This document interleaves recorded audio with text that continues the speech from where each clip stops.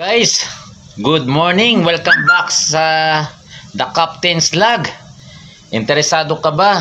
Ito po ang inyong lingkod, si Captain Chard T. Paki-subscribe na rin sa YouTube channel ko na Captain Chard T. Ito po si Richardson Teves po. Ano ba ang topic natin ngayon? Napaka-importante po ng topic ko ngayon.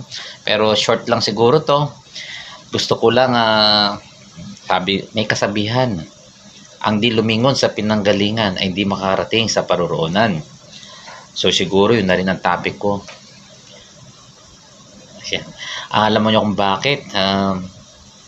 Kasi nagsama-sama mga opisyal ng barko na to, na ang kapitan, ang chief mate, ang second mate, ang third mate, mga batang Polaris. So sir, shout out dyan kay Captain Galera.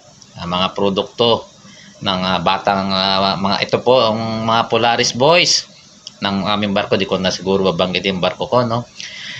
Alam nyo guys, naging confident ako nung shipmate dahil sa kay Captain Galera, dahil sa Polaris. So hindi ko man siya personal na kaibigan, hindi ko rin siya nakakilala lang kami niya nang magtuturo siya sa Polaris. Doon lang kami nagkita at hindi na uli kami nakita ni Captain Galera. So ito nga, naging kapitan na ako. At siguro, it's about time naman na magpasalamat sa kanya. Nalimutan ko siyang balikan. Ito, kapitan na po ang inyong lingkod. Salamat sa pag-share niyo mga ideas tsaka sa mga pagtuturo ng lalo na sa trimming and stability. Naging confident ako dahil sa mga turo nyo. So, Captain Galera, thank you. More power sa Polaris.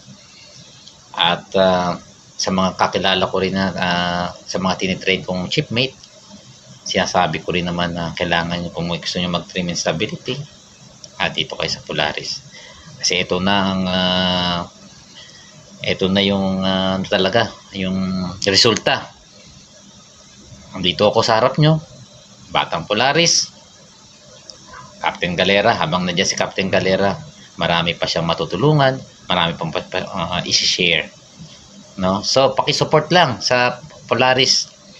Thank you guys. Tatapusin ko ang The Captain's Log sa pasasalamat sa nag-iisang Captain Galera ng Polaris.